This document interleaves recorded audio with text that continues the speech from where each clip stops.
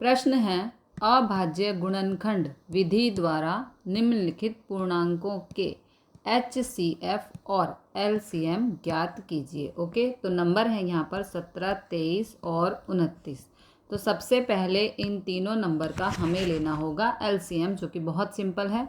17 एकम 17, 23 एकम 23, 29 एकम 29, क्योंकि तीनों ही नंबर किसी की भी टेबल में नहीं आते हैं, अपनी ही टेबल में आते हैं। ओके, तो 17 का LCM 17 इंटू 1, 23 का LCM 23 इंटू 1, 29 का LCM 29 इंटू 1। ओके, अब हमें इन तीनों का LCM बताना है।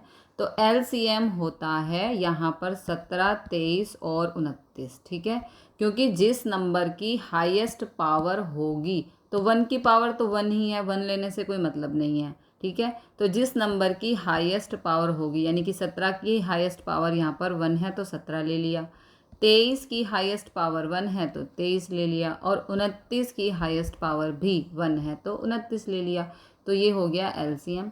इन तीनों को गुणा करने पर आएगा 11,339। ओके, अब आती है बात HCF की। HCF होता है जो नंबर इन तीनों के गुणनखंड में है, यानी कि 1। ठीक है, 1 का ही यहाँ पर पेयर बन रहा है। जो नंबर इन तीनों के गुणनखंड में है उसे ही हम HCF कहते हैं। तो यहाँ पर 1 का पेयर बन रहा है, 1 तीनों के गुणनखंड में है, इसलिए HCF हो गया 1।